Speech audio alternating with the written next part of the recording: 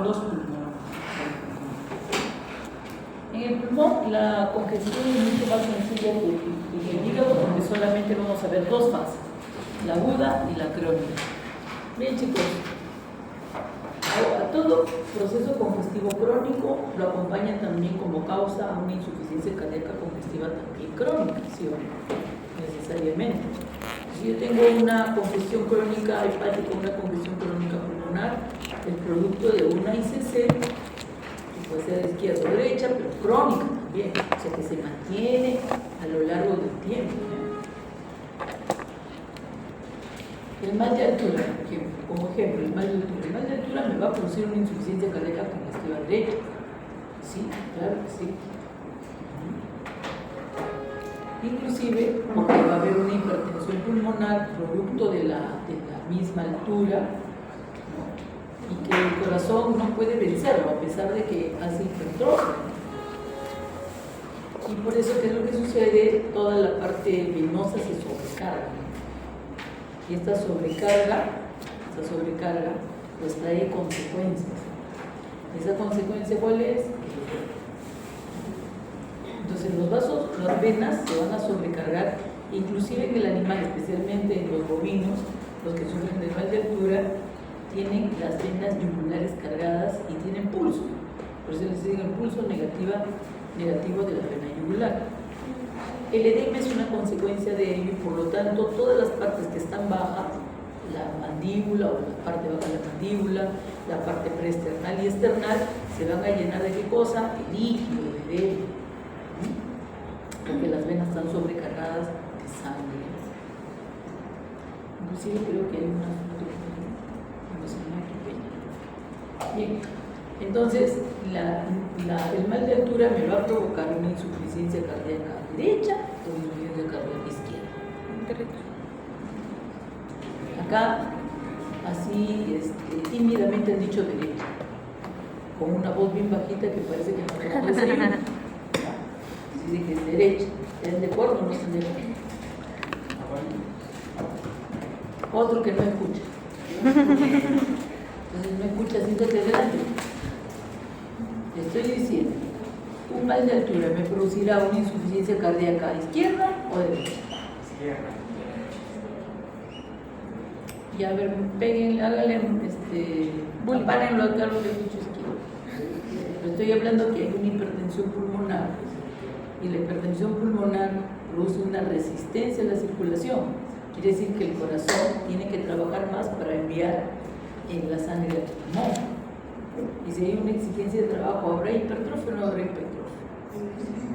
Y si con esta hipertrofia el corazón no llega a mantener su gasto cardíaco, entonces quiere decir que es insuficiente. Entonces, la mal de altura produce una ICC derecha, no izquierda, derecha. Bien, cuando hay una insuficiencia cardíaca congestiva izquierda, es decir, los pulmones son los que se van a alterar, van a sufrir la congestión. Y tengo dos fases o dos etapas, la aguda y la crónica.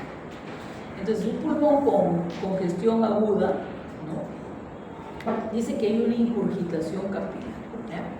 Entonces, pero si ya me dijo que están pletóricos, ¿por qué ahora hay ingurgitación? Es porque todos los capilares están llenos de glóbulos rojos y tú no ves el límite de un capilar a otro capilar. Y parecería como si tuviera un recorrido, que fuera un solo vaso con un recorrido tortuoso, por eso le llaman ingurgitación, ¿ya? Solamente por eso. Pero yo puedo decir está pletórico, está dilatado, lleno de glóbulos rojos, también no puede decir ningún problema. Pero acá nos dice algo muy importante. Dice que hay edema en el intersticio. Entonces, necesariamente, si el capilar se llena de glóbulos rojos o se eleva la presión hidrostática, el líquido tiene que salir al tejido que está más próximo. ¿Cuál es? La pared del capilar. ¿Sí? Pero la pared del capilar, ¿cómo es? Escasa, ¿sí? Casi no hay nada. ¿Por qué? Porque necesariamente tiene que ser así de escasa para permitir el intercambio gaseoso. Pero como el líquido no puede estar en el intersticio porque es bastante, ¿por qué? Muy poco espacio tiene, el líquido se desborda ¿hacia dónde? Hacia los espacios alveolares, ¿sí o no? Porque ahí hay espacio. Y cuando el líquido sale hacia los espacios alveolares y en los espacios alveolares es aire, ¿qué es lo que va a suceder? Se va a combinar este líquido, el trasudado, con el aire. Y cuando se juntan o cuando se unen van a producir ¿qué cosa? La espuma, las burbujas de aire, que tienen una estabilidad, que ¿quién favorece estabilidad? La sustancia surfactante, existe en los pulmones. Por eso es que estas burbujitas, aunque tú las aprietes o trates de romperlas, no se van a romper. Y persiste por mucho tiempo, aún cuando tú fijas un pulmón. En pulmón sigue teniendo sus burbujas de aire. Entonces, bueno, y también, como en toda congestión, también habrá ¿qué cosa? Escape de algunos glóbulos rojos. ¿Eso quiere decir cómo se llama eso? Cuando se sale el glóbulo rojo fuera de los vasos sanguíneos. Extravasación. ¿Cómo se llama? Extravasación. Hemorragia que está. ¿He dicho un mecanismo? Hemorragia. ¿Cómo se llama cuando los glóbulos rojos están fuera de los vasos sanguíneos? Escuchen bien la pregunta. Lean bien la pregunta también en el examen. Algunos ven la pregunta, pero no, contestan lo que ellos quieren contestar. O sea, contestan lo que tú quieres contestar. Entonces, hazte tú mismo la pregunta, pero ¿para qué vas a hacer examen? ¿Bien? Entonces, esto, bueno, el pulmón también estará pesado, ¿sí o no? Porque está conteniendo líquidos. Y el color también puede ser un color rojo azulado o cianótico. Bueno, el edema pulmonar siempre acompaña una congestión pulmonar. Y la mejor forma de poder comprobarlo es ver la presencia de estas sustancias espumosas en el pulmón, que podemos verlo en las vías respiratorias como los bronquios y los bronquiolos, y es más, cuando uno hace necropsia, puede verlo hasta en la tráquea. Si la cantidad de espuma es bastante, entonces podemos verlo también en la tráquea cuando abrimos la tráquea. Bueno, acá lo más peligroso de todo esto es que justamente este edema puede conducir ¿a dónde? A la muerte, por supuesto. Porque en el espacio donde se está haciendo el intercambio, o la estructura que está haciendo el intercambio, pues va a estar siendo ocupada por el líquido. El paciente se ahoga, ¿sabes? Puede respirar, no puede hacer el intercambio. ¿Por qué? Porque está ocupada por el líquido. Bueno, una cosa microscópicamente en el pulmón es uno de los órganos donde yo voy a poder ver el edema, el líquido, pero no lo voy a ver como un líquido cuando menciono que hay edema pulmonar, sino lo voy a ver como una sustancia rosada, acidófila, algunos dicen finamente granular, que está ocupando los espacios alveolares. Pero también les estoy diciendo que se producen burbujas, ¿sí o no? Burbujas porque es una sustancia espumosa que también las voy a ver. ¿Y cómo las voy a ver? En forma de vacuolas, pero que están en el espacio alveolar, junta con esta sustancia acidófila, que es el edema. Puedes ver también la presencia de eritrocitos en los espacios alveolares. Esta sustancia también la puedes encontrar en las vías aéreas, bronquios, bronquiolos, también.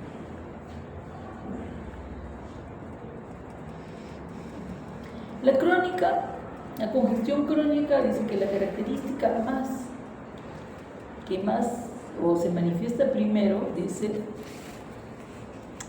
es la induración. La induración quiere decir que se incrementa ¿qué cosa? La consistencia del pulmón. Ahora, chicos, pregúntame.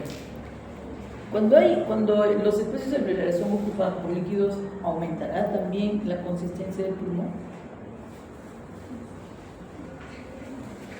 Porque tienes que recordar o tienes que saber que esos espacios están ocupados por aire.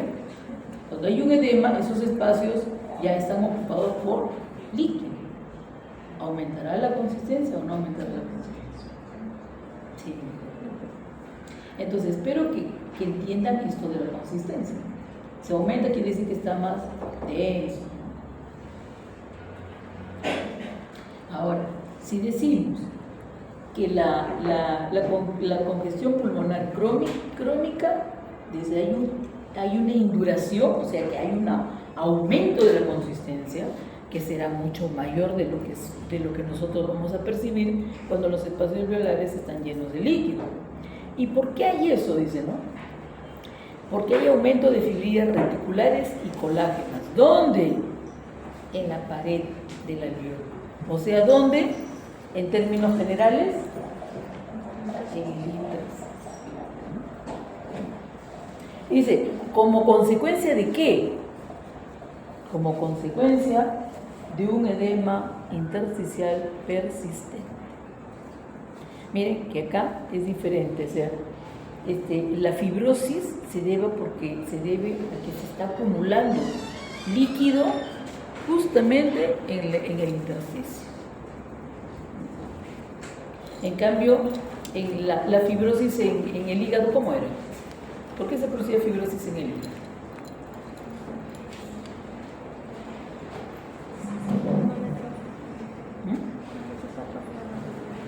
Porque hay pérdida de las células, ¿sí o no? ¿O no? Ustedes no leen, ¿no? Y ya viene el octava parcial ya. Que leer, aunque sea. Bien, entonces son dos cosas diferentes, pero igual hay fibrosis. La fibrosis es la principal característica de todo proceso corónico. Bien. Macroscópicamente, el pulmón, ¿cómo está? Denso, duro, y sobre todo dice que tiene un tinte pardo u ocre.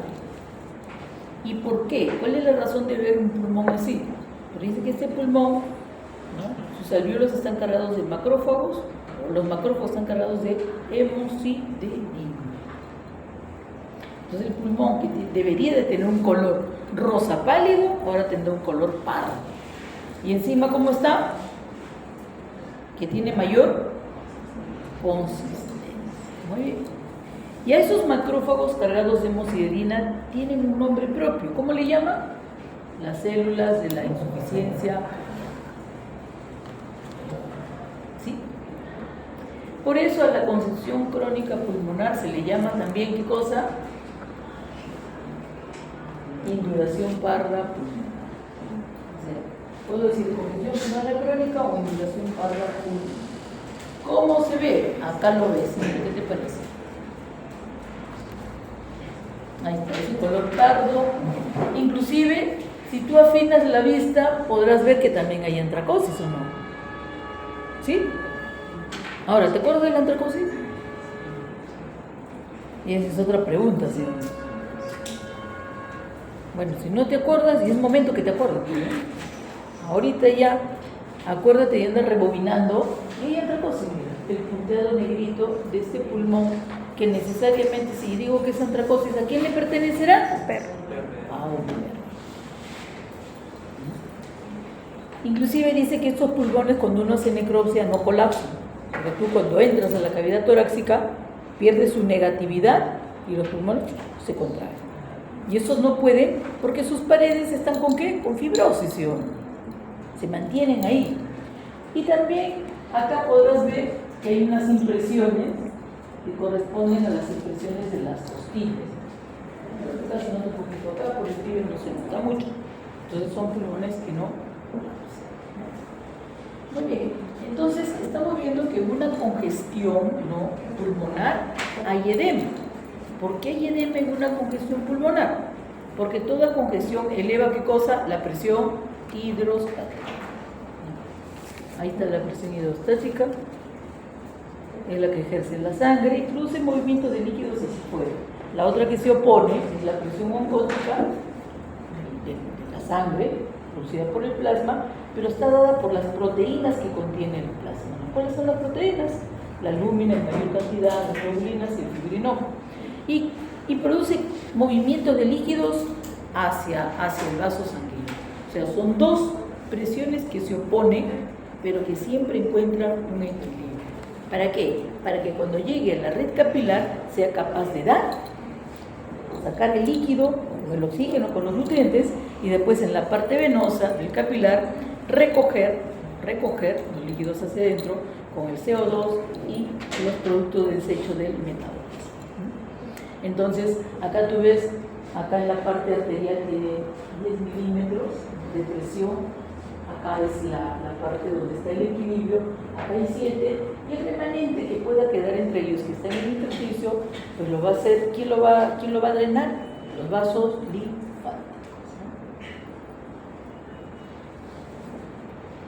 Bueno, esta es fisiología, ya lo leemos. Bien, entonces siempre hay que tener en cuenta la red capilar, Dice, en términos porcentuales, 100% del filtrado se absorbe el 90% a través de la región venosa del capilar de la arteria sede y el 10% restante va a ser recogido por el sistema linfático. Ahí está, el líquido sale del intersticio, desde la microcirculación arteriolar, y te está contando todo lo que sucede, que puedes leerlo, y que ya va siendo tiempo de que leas, porque ya viene el examen. Y recuerda que son 2 unidades, tanto la unidad 1 como la unidad 2. Bueno, acá el líquido ya ha salido, todo lo que está de amarillo ahí, del fondo es el líquido. Ahí ves la pérdida tisular, filamento, el endotelio, etc. Y aquí tanto está la capilar arteriolar como la venosa. Bueno, ¿y cuándo voy a tener edema? El edema va a suceder cuando se incremente la presión hidrostática o, miren, no digo I, o disminuye ¿qué cosa? La presión osmótica o broncótica. Entonces la pregunta será, ¿cuándo se elevará la presión hidrostática? Bueno, la presión hidrostática necesariamente se va a elevar cuando ¿qué? Cuando hay congestión. Siempre, toda congestión. Y acá te ponen ejemplos: hipertensión portal, fibrosis hepática, falla cardíaca del lado derecho, hipertensión pulmonar, como la enfermedad de la lectura y otras más, o falla también del corazón del lado izquierdo. Toda obstrucción venosa localizada también, dilatación gástrica, volumen intestinal, torsión uterina, prolapso y trombosis venosa. Y bueno, y la salida de fluidos puede ser diatropénica, retención de sodio, pero que está relacionada con una enfermedad renal. Yo no lo tomo en cuenta. Entonces, eso es para el lado del incremento de la presión hidrostática. Pero recuerden, toda congestión siempre me va a llevar a una elevación de la presión hidrostática. Y todo aquel que me produce una resistencia a la circulación también me va a llevar a una congestión y por lo tanto me eleva la presión hidrostática. ¿Cuándo disminuye la presión osmótica? Primero, hemos dicho que todo aquello que me lleva a un estado de hipoproteinemia. Digo hipoproteinemia, quiere decir que no hay la suficiente cantidad de albúminas, y si no hay suficiente cantidad de albuminas ni nada, baja la presión osmótica y tengo ¿qué cosa? Edema. Ahí está. Producción pequeña o que ha decrecido la albúmina, que puede ser desnutrición, enfermedades debilitantes, enfermedades hepáticas severas, o también pérdida excesiva de las proteínas, enfermedades gastrointestinales, enteropatías con pérdida de proteínas, parasitismos como la hemopsis o la tricostrongius en ovinos, las enfermedades renales, ahí donde se pueda perder ¿qué cosa? Proteínas a través de la orina, y también intoxicación en el agua, dice difusión causada por el sodio, retención de sodio y retención de sal tóxica. Bueno, entonces esto ya pertenece a otra cosa, ya no es estamos hipoproteinemia. Y luego también cuando hay una alteración en el drenaje linfático, la obstrucción o compresión de los vasos linfáticos, inflamaciones, fibrosis, plásticas, o también puede ser por la aplasia de la hipoplasia. Esta es una malformación, la hipoplasia es una malformación. acá va a producir un edema de tipo generalizado que se llama el anasarca. Imagínense que un cachorrito nace con vasos linfáticos que no se han desarrollado, que son bastante pequeños. Pero como son bastante pequeños, son hipoplásicos, no funcionan bien. Y si no funcionan bien, quiere decir que no drena el excedente de líquido. ¿Cómo nace ese cachorro? Hinchado. Parece un charpey, ¿no? O parece un bulldog también, de lo hinchado que está. Entonces tiene un edema generalizado. Todo su tejido subcutáneo está lleno de líquido. Y parecería que fue un perro así, ¿no? Pero en realidad es un edema de tipo generalizado. ¿Qué sucede? Esto siempre, ¿no? Cuando hay una hipoplasia de los vasos linfáticos. Los procesos inflamatorios en los vasos linfáticos, como puede suceder en enfermedades como la paratuberculosis, la portotricosis y la linfangitis episódica en quimos. ¿Qué tienen en particular estas enfermedades? Bueno, algunas pueden ser parásitos que están en los vasos linfáticos y la paratuberculosis pues, es producida por una bacteria que impide que se pueda absorber las sustancias o los alimentos. Entonces, como impide, hay un estado de hipoproteinemia. Hay un estado de hipoproteinemia y además también debido a la inflamación, los vasos se llenan de una sustancia que no es líquido, sino es una sustancia lechosa. Bueno, otra cosa, no debemos olvidar que cuando hablamos de edema, hablamos de que hay un exceso de líquido donde en los tejidos intersticiales, o en el tejido intersticial, pero también se puede acumular en las cavidades. Cuando queremos denominar esta acumulación de líquido en cavidades, vamos a utilizar el prefijo hidro. Ejemplo, ¿cómo se llamará la acumulación de líquido en el tórax? Hidrotórax, muy bien. ¿Y cómo se llamará la acumulación de líquido en el peritoneo? Hidroperitoneo, pero es más conocido como ácido.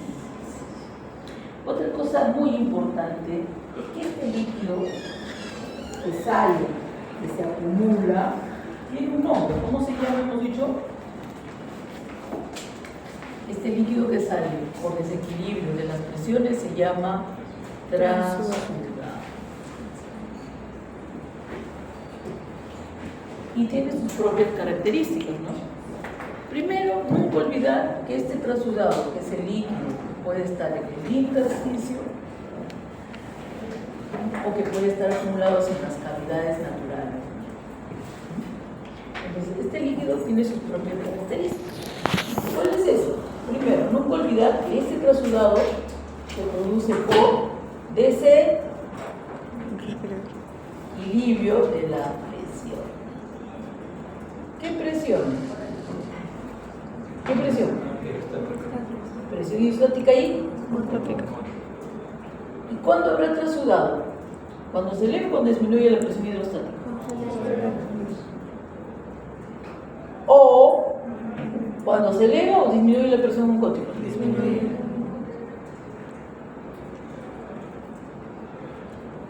O voy a poner el acento que no se pone. No es I, es O. O está elevada la presión hidrostática o está disminuida la presión. ¿En serio? Bien, pero este líquido, este transudado, tiene sus propias características. ¿Cuál es? Dice que siempre es. Vamos a poner lo que todos dicen ya. Es transparente. En realidad, el término debería decir translúcido. ¿Qué significa translúcido? Está transparente. ¿Ya? Translúcido.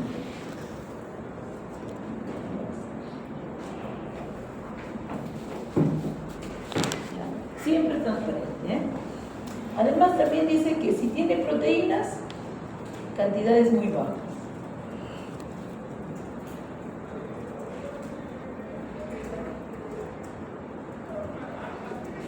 ¿Sí? Nada, eso es todo lo que se puede decir de este transudado. Bien, entonces acá nos pone, bueno, el incremento del líquido tisular se llama edema. ¿Cuál es ese efecto? ¿Cuál es ese efecto que va a producir la salida de líquidos en el intersticio? Dice, las células y las fibras, ¿cómo van a estar? Comprimidas por el líquido. Entonces las fibras que eran así anchas, ¿no? Los paquetes comienzan a ser comprimidos y las células también. Por eso es que si el líquido sale y comprime los paquetes de fibras colágenas irregulares, ¿no? Producirá espacios, ¿no? Cuando yo corto ahí en ese tejido que está acumulándose el agua, ¿qué pasa con el agua? ¿El agua se queda ahí? ¿O el agua comienza a escurrir, sí o no? Entonces, lo que yo voy a encontrar ahora, que ese espacio que estaba ocupado por el agua, ahora será un espacio libre, ¿sí o no? Un espacio libre. Las fibras están contraídas, más delgaditas y con espacios libres. A ese efecto le llamamos laxitud, ¿sí? Entonces, el efecto de la salida del líquido hacia el intersticio, ¿qué cosa es? La laxitud. El tejido se hace más laxo, necesariamente se ensancha, por supuesto. ¿Qué más? Dice, allá donde hay edema, ¿no? Los tejidos se van a presentar pálidos y con pérdida de la elasticidad. Ojo, hemos dicho otra cosa también con respecto al edema. El líquido siempre busca dónde expandirse, ¿sí o no? Por eso es que en el hígado no tengo edemas. No hay edema en el hígado, porque no hay espacio donde pueda salir, donde se pueda expandir. Sin embargo, en el pulmón existen los espacios alveolares y por eso el líquido sale. Y también nos dicen que este edema, como necesita expandirse, dice, de manera especial se va a expandir en los tejidos laxos y produce laxitud. ¿Qué te parece? ¿Cuál es el tejido laxo que hay en el cuerpo? El tejido subcutáneo. Ahí sí el líquido sale, pero ahí está, ¿no? El tejido subcutáneo. En el pulmón, ¿dónde se acumula en el pulmón? Los espacios. En el cerebro. Ahora vamos a ver.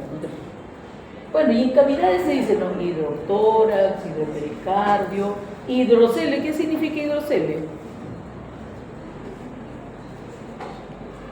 Es la acumulación de líquido entre las túnicas del testículo, que produce un hinchazón también del testículo.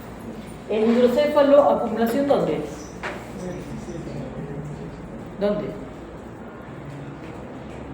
¿Dónde? Anatomía, ¿dónde? En los ventrículos laterales. Y la nasarca es un edema generalizado donde principalmente se está acumulando en todo el tejido subcutáneo, todo. Bien, y aquí está lo que les dije, ¿no? La principal característica del edema pulmonar, ¿cuál es? La presencia de la sustancia espumosa. Ahí lo ves, ¿no? Tú puedes cortar el pulmón y sale la espuma. A veces es necesario presionar un poco, pero igual, la presencia de espuma, Acá, por ejemplo, están haciendo una necropsia, han abierto la tráquea y todo lo que ves acá, ¿qué cosa es? Espuma. Pero no te olvides que la espuma, ¿dónde se ha formado? ¿En qué parte se ha formado? En el bronquio, en el bronquiolo, en el alveolo. ¿Dónde se ha formado? En el alveolo. La sustancia surfactante no está ni en el bronquio ni en el bronquiolo. ¿Dónde está? En los alveolos.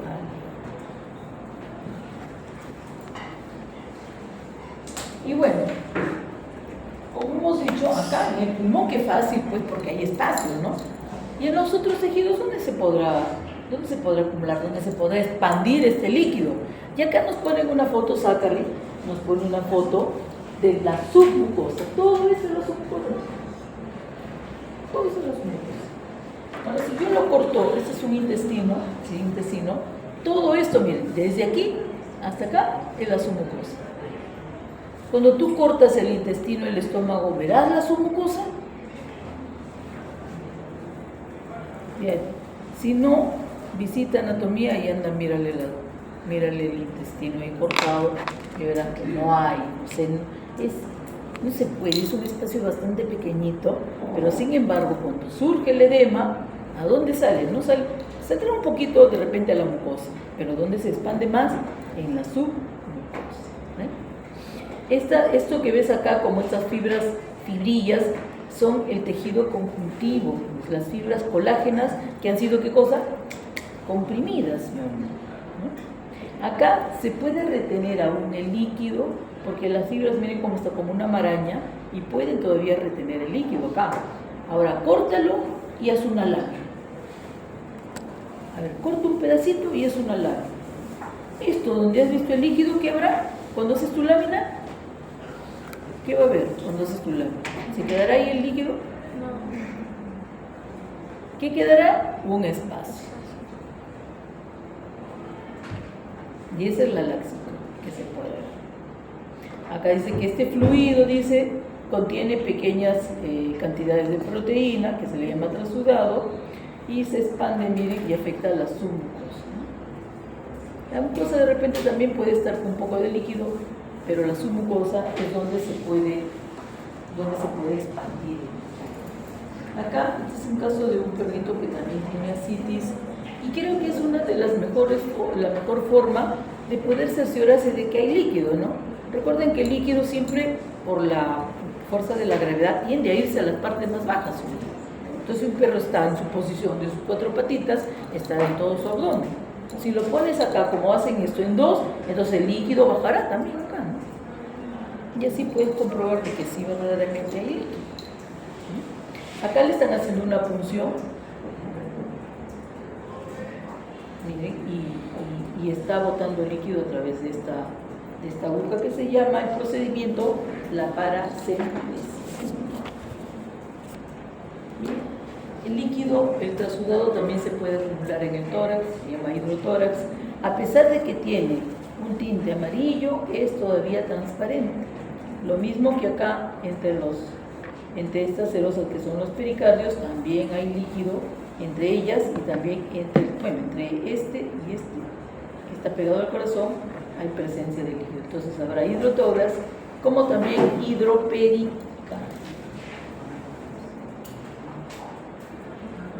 ¿Y qué pasa con el cerebro? ¿Habrá edema cerebral? ¿Qué dicen ustedes? Claro que sí, pero no se da ni por elevación de la presión hidrostática ni por la disminución de la presión oncótica. Si no, imagínate lo que son cardiópatas, andaría con un dolor de cabeza, con edema en el cerebro, no es posible. El cerebro es un órgano noble, un órgano muy importante y vital, y por eso hay que conservarlo y hay que protegerlo. Recuerda que hay una barrera hematoencefálica que lo protege. Sin embargo, sí hay casos en los cuales puede producirse el edema. ¿Cuándo? Cuando hay, ¿qué cosa? Traumatismo. Que puede ser localizado, o que puede ser también localizado, pero tan intenso que comprometa a todo el cerebro, ¿no? Y eso, a esos tipos de traumatismo le llaman el traumatismo encefalocraneano, donde el traumatismo puede ser en uno, pero la reacción es de todo el cerebro. Todo el cerebro se comienza a edematizar. El cerebro aparece hinchado a simple vista. Muy bien, ¿y cómo sé que un cerebro está hinchado? Las circunvoluciones están ensanchadas y los surcos que hay entre ellas se vuelven muy superficiales, no tienen profundidad. Bueno, y esto sí yo no le queda, ¿ya? Dice, con signo de estar aplastado contra la bóveda craneana. Entonces, como quiere hincharse más, se siente presión de la bóveda craneana y parecería como si estuviera chato. Nunca lo he visto, nunca lo he visto. Y miren acá, hay 2 casos de edema cerebral. Uno es más severo que el otro, ¿sí o no? ¿Cuál es más severo? ¿Cuál creen ustedes donde hay más edema? ¿En la derecha o en su izquierda?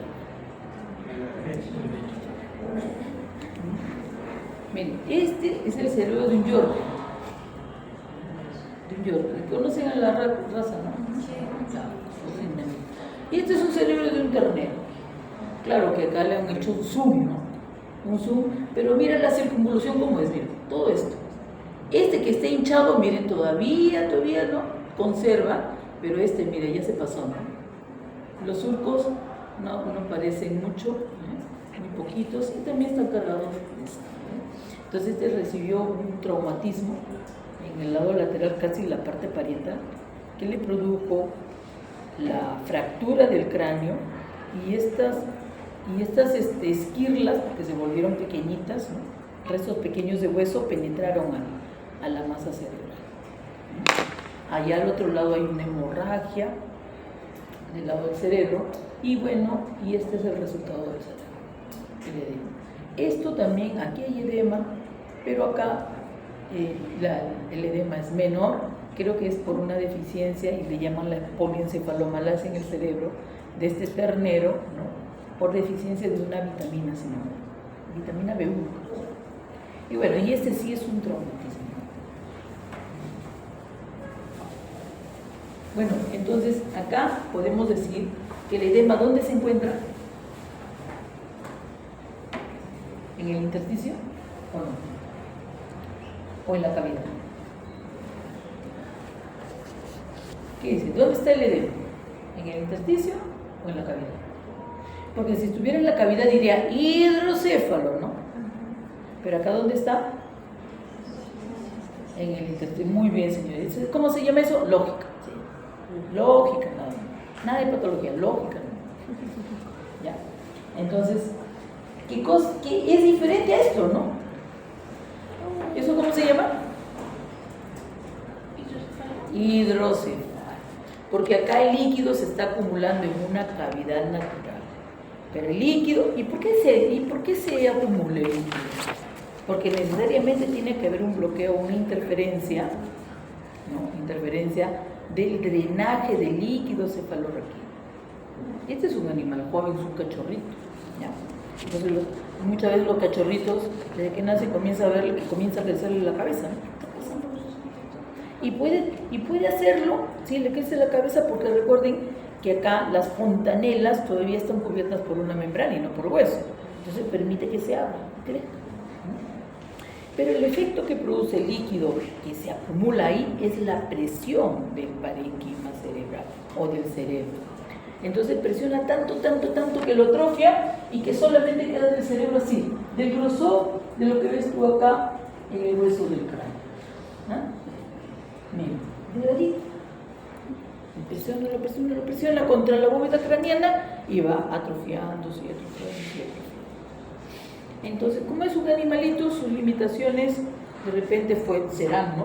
Que no puede ver bien, o que le pesa la cabeza, etcétera, ¿no? Imagínense que esto suceda en un niño, en un ser humano. Lo limita, ¿sí? Hay niños que son cieguitos, o que no pueden ver, o que no pueden movilizarse, ¿no?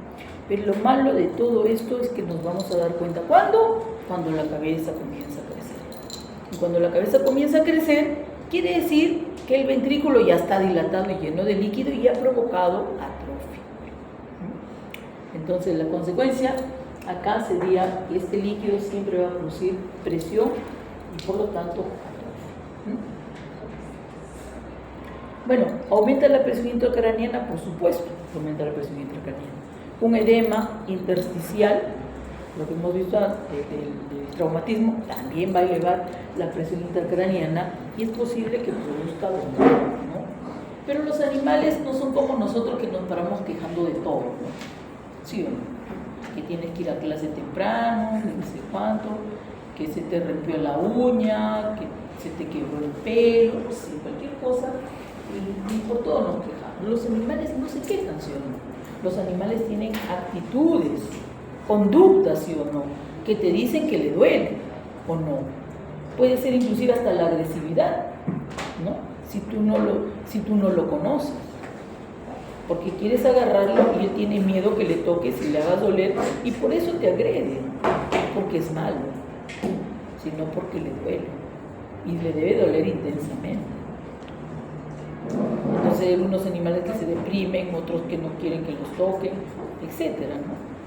Y otras características generales que pueden decirte del dolor, y nosotros tenemos que ser capaces de poder darle un valor a ese dolor, ¿no? Es leve, es moderado, es intenso, etcétera.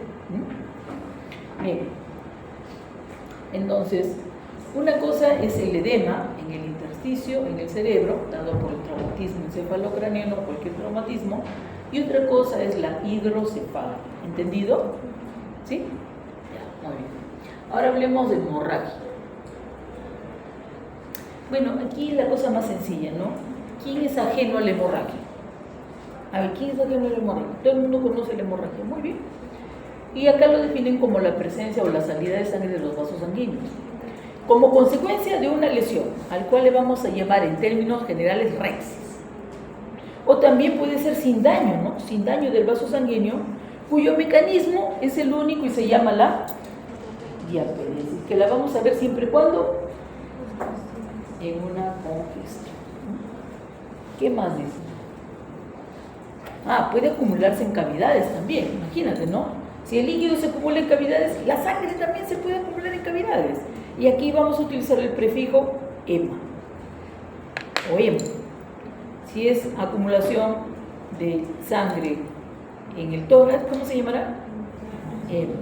Si es en el pericardio, hemopericardio. Si es en el peritoneo, hemoperitoneo. Entonces, así se llama. Ojo que también dice que esta sangre puede salir al exterior por los orificios naturales. O sea, puedo tener salida de sangre por la nariz o que puedo tener también salida de sangre por la boca. Por la nariz hay un término que habla acerca de esta salida de sangre por la nariz o por los hollares que tienen los animales. Cuando eso sucede, utilizamos este término. ¿Cómo se llama? La epistaxis.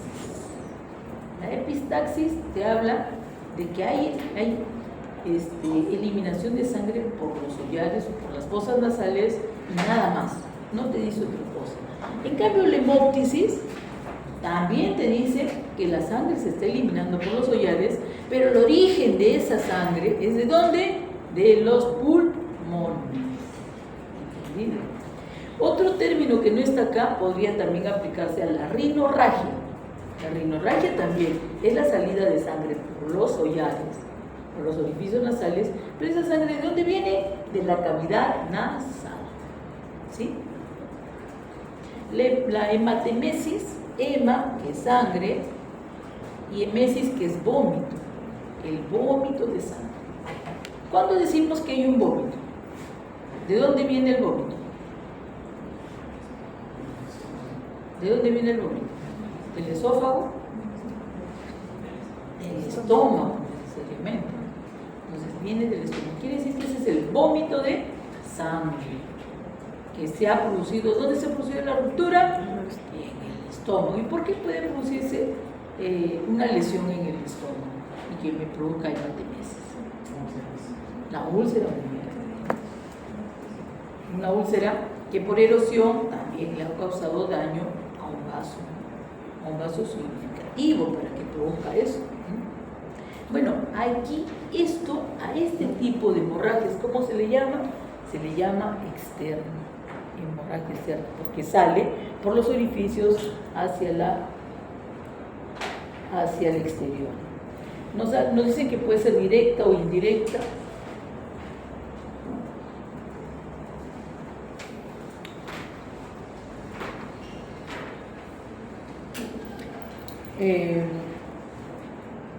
Hay otro tipo también de hemorragia que no está acá, que se llama así, se llama melena.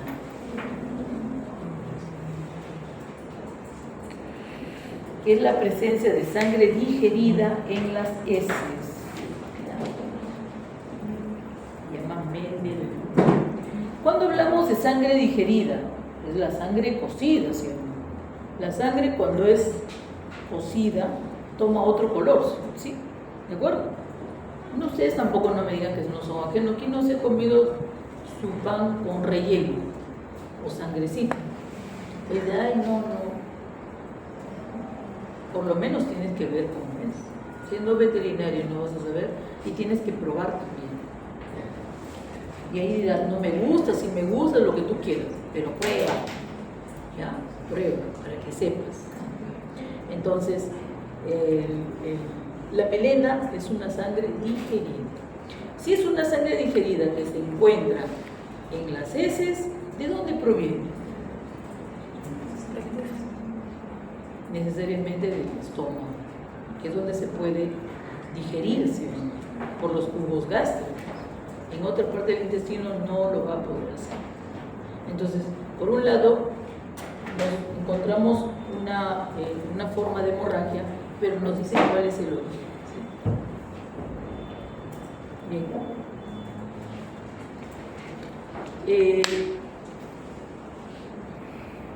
Cuando la sangre se acumula en el tejido intersticial, ¿cómo le llaman también?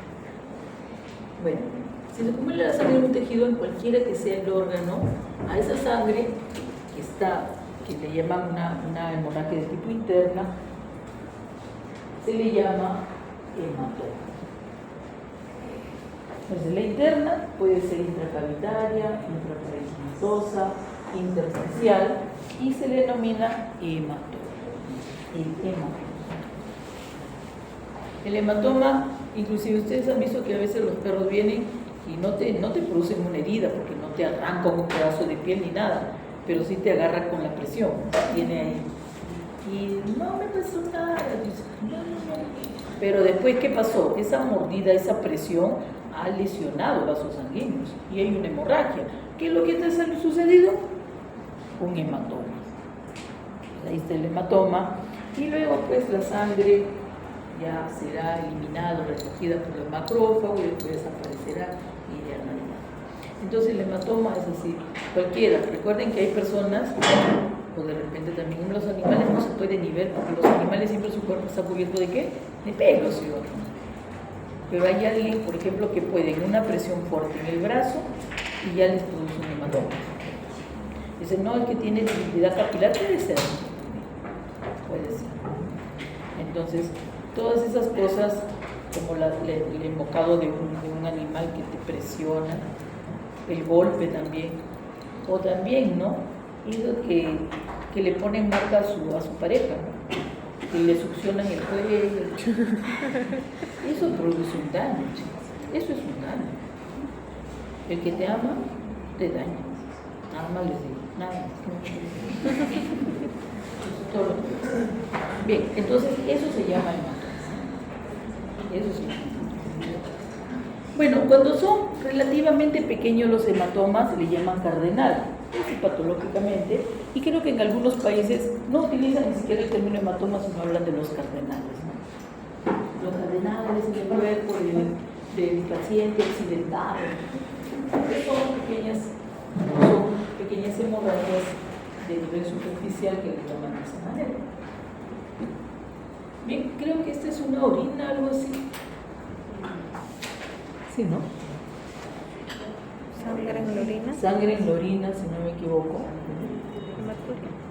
Claro, y creo que es este cuy, debe estar ahí.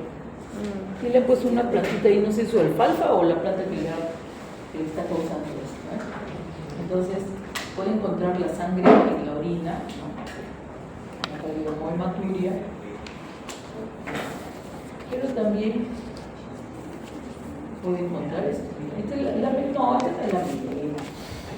La melena muy negra, muy negra. La melena es la sangre cocida, como si estuviera sancochada. ¿Has visto sancochar la sangre? Cuando he hecho sangrecita. Es buena, tiene hierro, tiene un montón de cosas. Buena para anemia. Algunos que paran anémicos acá, no toman desayuno, están tomando lo que ha salido ahora, la evolución de la gaseosa. La evolución de la gaseosa, ¿no? Que te activa no sé qué diablos, y estás tomando eso que no te alimenta para nada, y estás ahí de sueño. Bien, y este es otro término que le llaman la hematoquesia, ¿no? Que es la presencia de sangre viva en las heces también. Es muy probable que el origen de esta hemorragia, ¿no? De esta sangre, es en la parte posterior del intestino, o sea, el colon o el recto, ¿no? Que puede estar sucediendo algún daño en la mucosa, y por eso vemos la presencia de esta sangre en las heces. Acá también hay. Y ahí te ponen un gato. Supongo que esto debe ser del gato.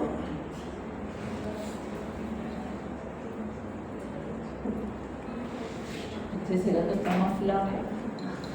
No sé. Creo que es un gato puro pelo, ¿no? Bueno, pero creo que le están haciendo una muestra, tomando una muestra para ver la presencia de sangre en las heces. Bueno, miren, acá hay, bueno, la úlcera, se nota la úlcera, ¿no? ¿Sí? Ya es una úlcera perforada. Miren esa perforación. Cuando hablamos de perforación quiere decir que ya pasó de la mucosa hasta la capa más externa.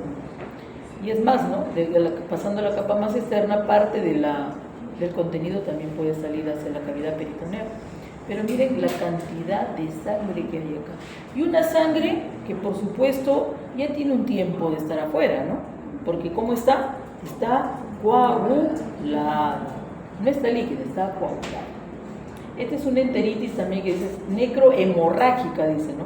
En bovino por Clostridium. Úlcera gas en canino, mira, es tremenda ulceraza. El dueño ni se da cuenta. De repente le da de comer una vez al día y a veces, ay, me olvidé, mañana le doy.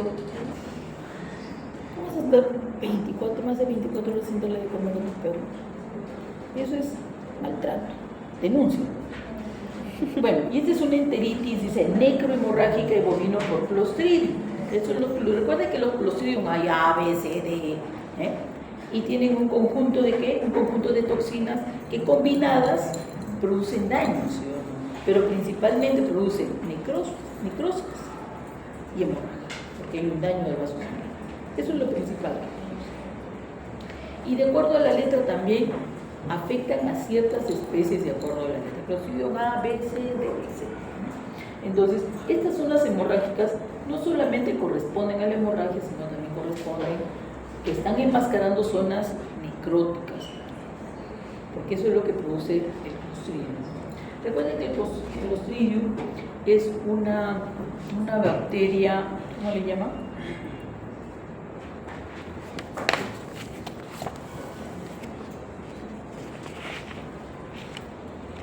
Que puede vivir con poco oxígeno, anaeróbica, pero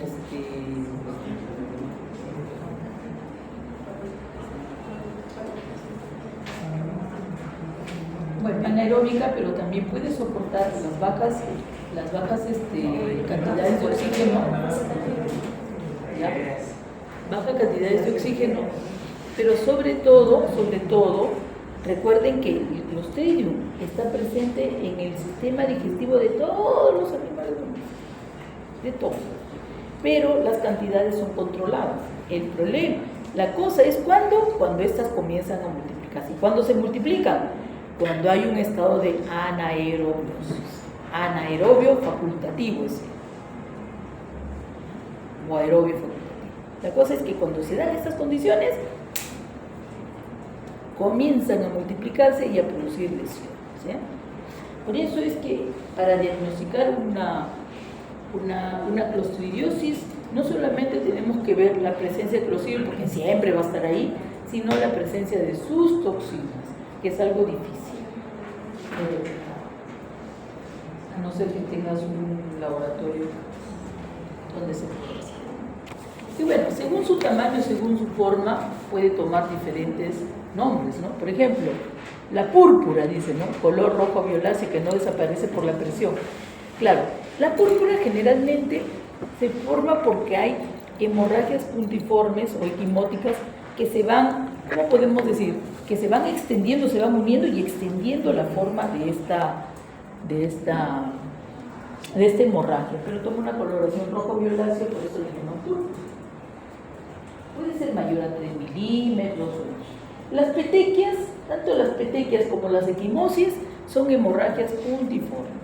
Las petequias son pequeñitas, dice del tamaño de la cabeza de un alfiler, y las equimosis pueden ser mayores, ¿no? Pueden ser mayores, pueden ser, no sé, 2 a 3 centímetros de diámetro. Y luego tenemos también el angioma aracniforme, cuerpo central rojizo, con ramas irradiadas, como lo ven ahí, y parece una araña, ¿no? Con sus patas. Acá esto dice puede ser producida por la enfermedad hepática, carencia de vitamina o idiopática. La equimosis o hematomas mayores, destrucción de la pared vascular, traumatismos y vasculitis, y las petequias, defectos intravasculares o infecciones por algunas bacterias que producen daño en los vasos sanguíneos o por virus también que tienen como célula blanca las células endoteliales.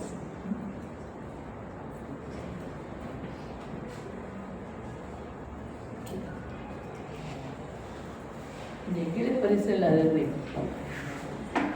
¿Qué dice ahí? Equimosis, ¿no?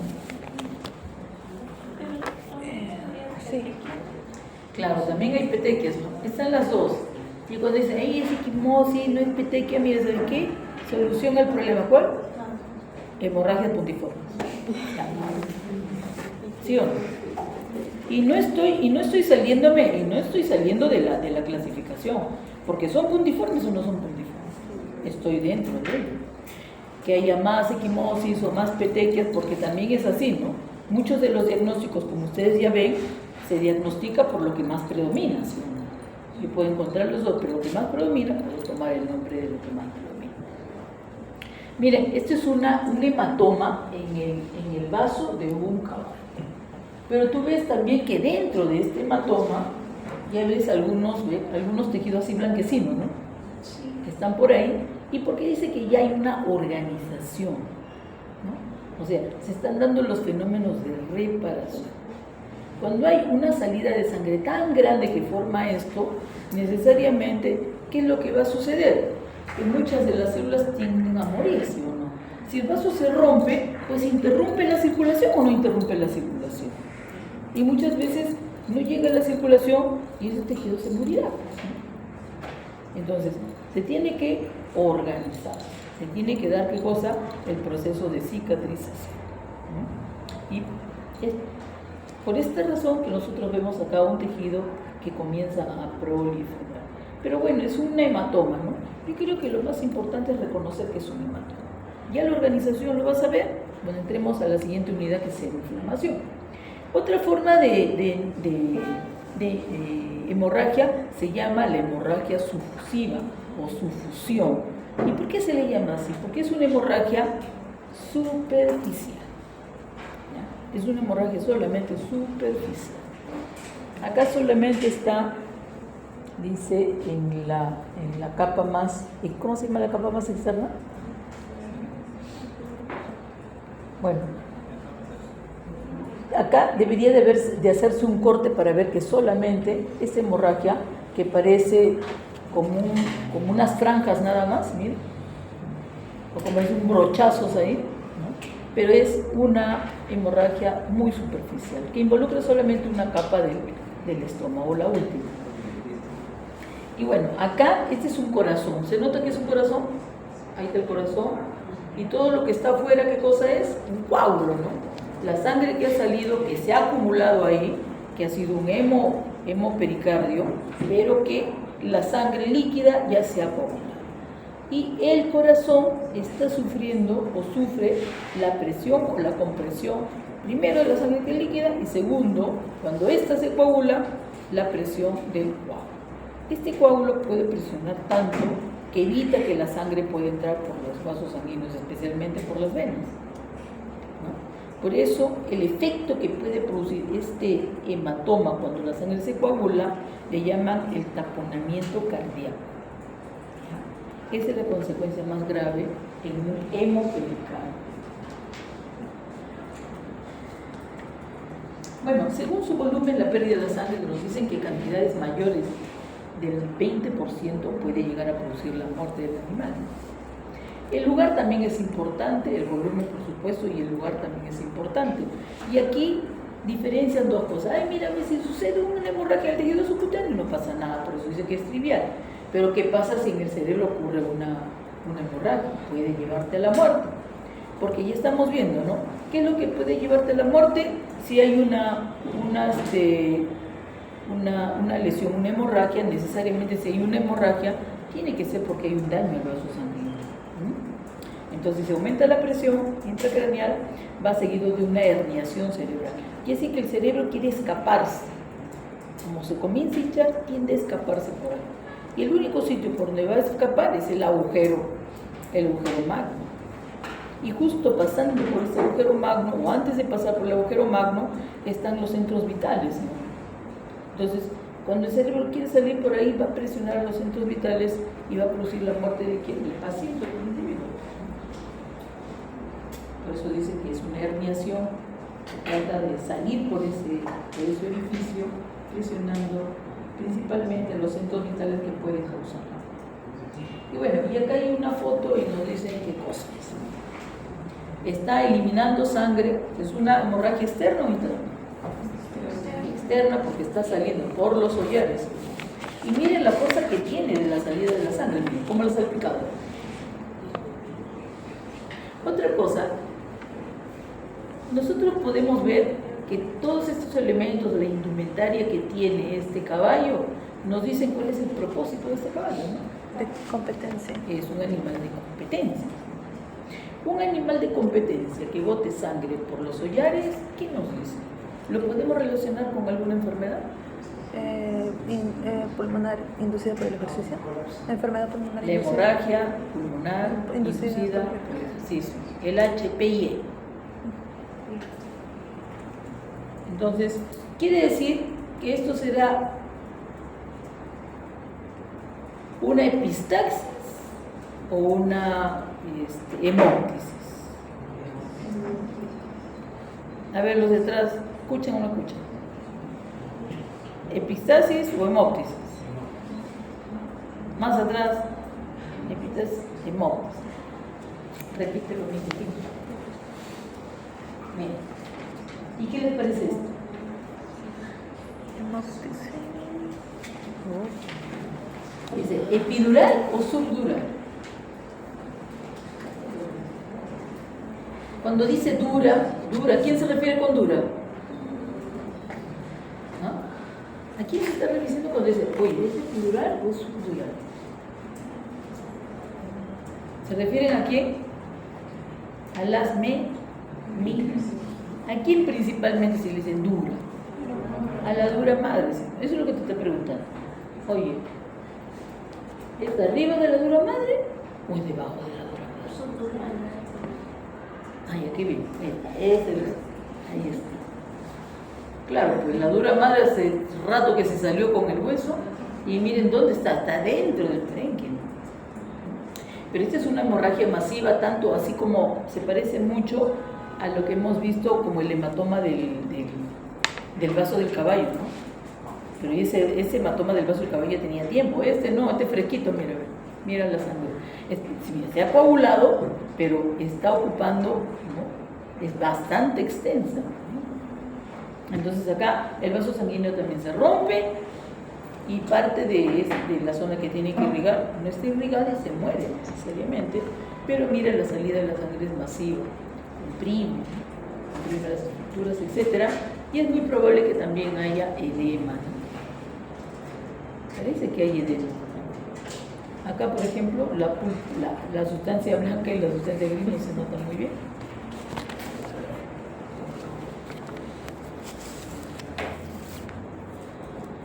Chicos, ya se olvidaron de la anatomía, ya. En patología se usa bastante. La histología. No, eso es un regalito para ustedes. ¿Qué hora son? ¿Ya terminó la clase? Ok. 5 minutos. Ay, la clase está ahí.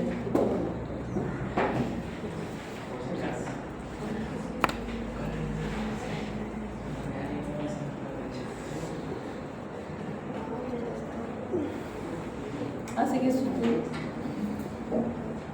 ni lee, bueno, para comparar las imágenes, compararlas con las fotos del acto de tipología para evaluar su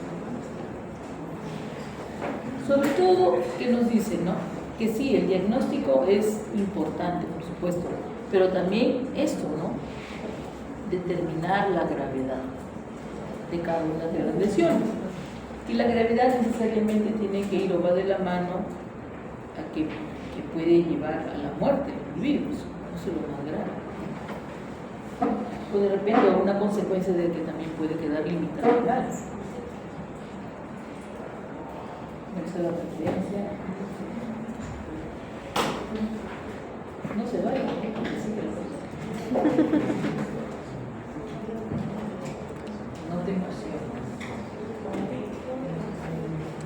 Profesora, ¿no íbamos a coordinar los horarios?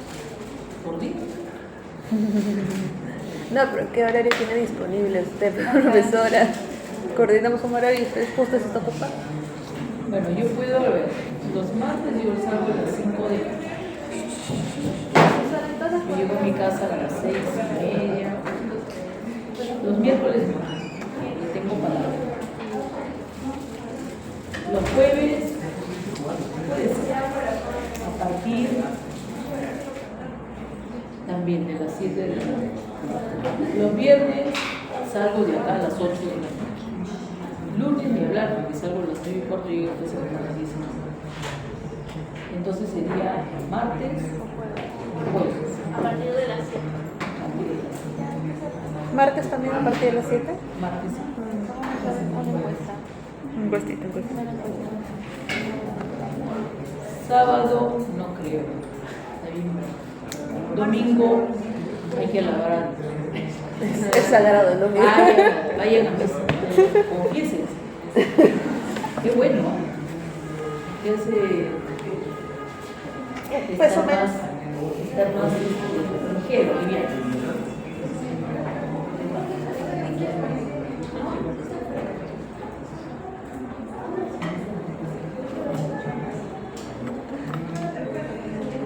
Bueno, ¿qué saben ustedes ya? No discutan, por favor.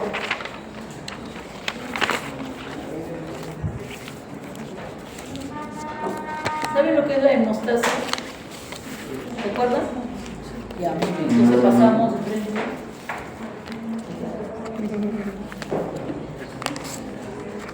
Bueno, necesariamente, este es un dibujo que se ha puesto acá. ¿Se entiende? Entiendan, por favor. Por lo han buscado tan bonitos los dibujos que deberían de ver. Bueno, ¿qué dicen, no? Acá hay una lesión del vaso sanguíneo, ¿ve? Bueno, después de esta lesión del vaso sanguíneo, miren, ¿qué es lo que comienza? Las plaquetas son las primeras que reaccionan, ¿no? Y comienzan a moverse y comienzan a orientarse justamente al sitio donde está la lesión del vaso sanguíneo. Entonces, después comienzan todos los fenómenos de reparación, ¿no? Pero antes de la reparación, lo que trata de evitar el organismo, ¿qué cosa es? Perder sangre. Perder la sangre. Entonces habrá, como dice acá, ¿habrá qué cosa? Pues habrá una... Primero, ¿no? La primera, habrá una contracción, una vasoconstricción, pero recuerden que una vasoconstricción no nos ayuda del todo a que se siga perdiendo la sangre, ¿no? Habrá una disminución de la luz, llegará menos sangre, pero igual se pierde. Y el segundo, o de repente la primera, hemostasia, ya viene por parte de quién? Por parte de las plaquetas. Entonces, las plaquetas se van a ubicar justamente en este sitio donde ha habido pérdida de endotelio. Entonces, ahí.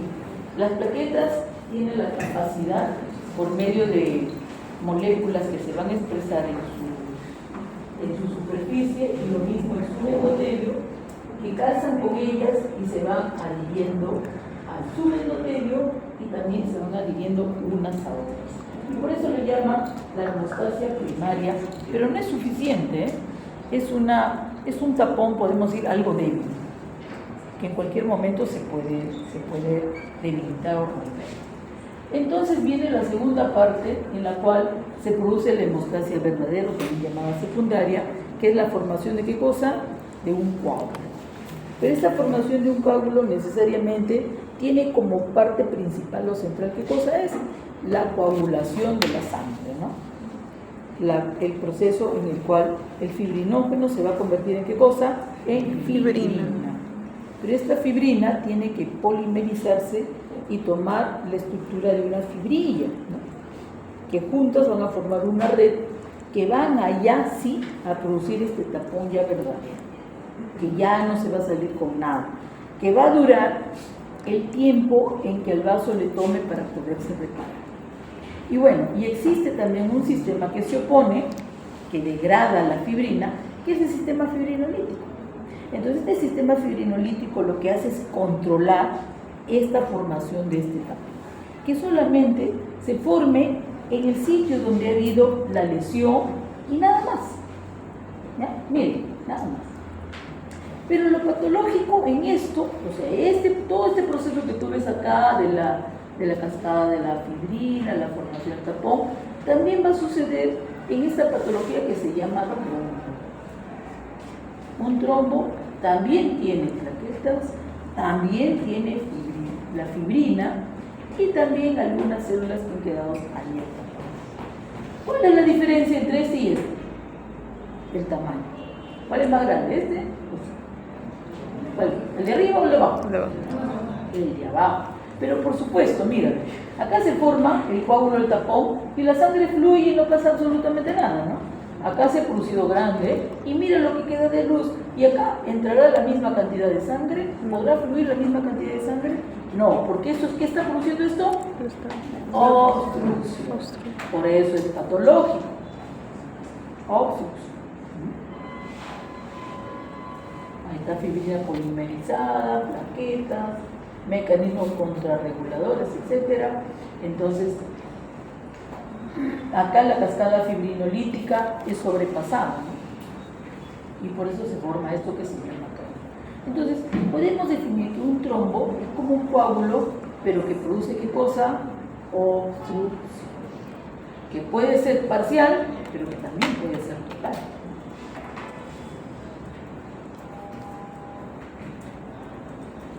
Bueno, y acá está la cascada de la coagulación. ¿Te acuerdas de la cascada de la coagulación? ¿Te la perdiste en memoria en los 14? ¿Cuántos son? Yo estoy segura que alguien se la aprendió en memoria y ahora no saben nada. Ni se acuerdan de nada. Gastando el cerebro por las puras. Bien, aquí tenemos la parte intrínseca, la parte extrínseca, ¿no? Por lesión. Acá porque aquí la calicreína, que es la precalicreína que se convierte en calicreína por esa sustancia, ¿no? Pero como puedes ver, las dos van a llegar hasta acá. ¿No? Acá, donde la protropina se va a activar en trombina. Y trombina nos dice acá, según esta lectura, que es la parte central de todo este sistema de cascada. ¿Por qué? Porque es importante porque va a mediar la transformación del fibrinógeno en fibrina en presencia de luz.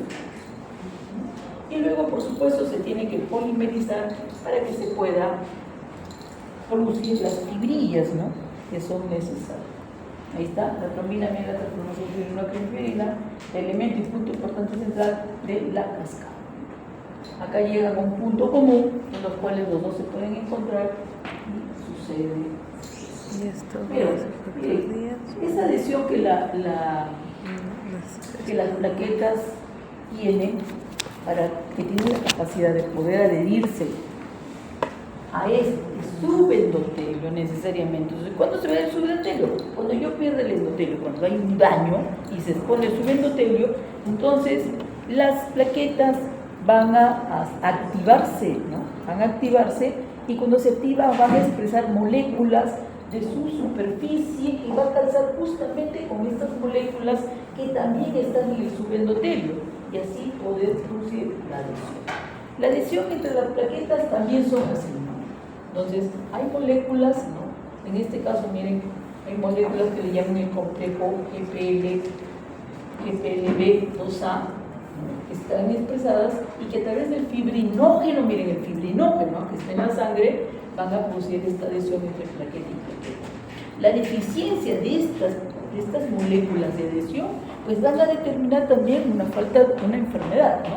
La falta de este factor de von Willebrand, que son estas moléculas de expresión de la superficie del subendotelio, pues va a determinar una enfermedad que es la enfermedad de von Willebrand. Lo mismo arriba, ¿no? El déficit de la trombastenia de Glasman, porque no hay este complejo. Entonces, este complejo, o el síndrome de Bernard-Solier, ¿no? Que tampoco hay este GPLB, que es la glucoproteína LB, receptor de superficie de plaquetas y colágeno. Pero también nos dicen que esta trombina no solamente ejerce su acción a nivel de la formación o la transformación del fibrinógeno en fibrina, sino que también tiene otros efectos u otras actividades la trombina. Activa los monocitos, activa también al endotelio, y estos monocitos para que produzcan sustancias como los factores de crecimiento, ¿no? Activa también a los linfocitos, al endotelio, y este endotelio va a producir sustancias que son mediadores químicos de la inflamación. También favorece la agregación plaquetaria, ¿no? Y para que estas plaquetas también produzcan otras sustancias, y también favorece la adhesión de los neutrófilos como de los macrófagos. Bien, pero también hemos mencionado al sistema que se opone a este, o que controla o que regula, que es el sistema fibrinolítico, ¿no? Y este es el sistema fibrinolítico en el cual vamos a tener como producto final a la plasmina, ¿no? Y que esta plasmina, ¿qué es lo que hace? Pues va a degradar a la fibrina, ¿no? La plasmina también tiene su controlador, que es la alfa-2 antiplasmina. ¿Qué es lo que va a hacer? Que van a formar complejos que se van a unir a la plasmina, y esta ya no va a poder degradar. Entonces, como tú ves, a lo largo de todo lo que vamos a ver, y a lo largo de todos los procesos fisiológicos normales, siempre están los reguladores y los controladores. Así que si a ti te regulan o te controlan, te molestes. Es nuestra propia naturaleza fisiológica, que es así, ¿ya? Tú obedeces, ¿no? Bueno, para terminar, hablemos de la trombosis, y aquí nos vamos ya, porque me está pasando. Entonces, el trombo, ¿qué cosa? Es una masa hemática, ¿sí? Hay compuesto a fibrina, glóbulos rojos, etc. Es sólida, claro, que se forma dentro de los vasos sanguíneos durante la vida, ¿eh? Pero ya sabemos, ¿cuál es la principal característica para que sea patológica? ¿Que produce qué? Obstrucción. Obstrucción. Que puede ser parcial, pero que también puede ser total, ¿no? Ahí te dicen, ay, que tienes que diferenciarlo, etcétera, etcétera, y tal. Dice, ¿cómo puedes diferenciar? Aquí lo más interesante, ¿cómo puedes diferenciar un trombo de un coágulo que se forma tras la muerte, el cual se llama coágulos postmuertos? ¿Cómo? A través de toda esta teoría que tú vas a escuchar, lo vas a saber, ¿sí? Para terminar, hay 3 factores predisponentes dentro de la patogenia del trombo. ¿Cuál es? Que se llama, como son 3, le llaman la triada de Virchow. ¿Por qué le pusieron Virchow? Porque Virchow seguramente que lo descubrió. ¿Cuál es la primera? La lesión endotelial. Es decir, que cualquier lesión endotelial me va a llevar a una trombosis, sí. Alteración del flujo sanguíneo, ¿cuál? La turbulencia y la congestión. La turbulencia y la congestión, la turbulencia se da en las arterias y la congestión, por supuesto, en las venas, que también me van a llevar a la formación de trombos, y la hipercoagulabilidad. Entonces la sangre está más densa, y esa densidad incrementada también puede llegar a la formación de trombos. Por eso se la presenta de esa manera, ¿no? Un triángulo, donde cada ángulo es la hipercoagulabilidad, la lesión endotelial, y otro detalle más con respecto a ello. Tú ves que acá hay flecha que va y viene, quiere decir que la lesión endotelial me puede producir anormalidad del flujo sanguíneo, como este flujo sanguíneo también me puede producir lesión endotelial. Este flujo sanguíneo normal también me puede llevar a un estado de hipercoagulabilidad, y la lesión endotelial también. Pero la hipercoagulabilidad solamente va a formar ¿qué cosa? Trombosis, nada más. ¿Sí? Y para que sueñes te dejo acá el flujo sanguíneo laminar, que es lo normal, en el cual en el centro de los vasos sanguíneos siempre están circulando los elementos celulares, y el plasma es el único que tiene contacto con el endotelio. La turbulencia y la congestión, ¿qué hace? Desarma todo esto, y hace mucho que las plaquetas se adhieran al endotelio y pueda conducir a ¿qué cosa? A la formación de un trombo. ¿Sí? Listo. Seguimos.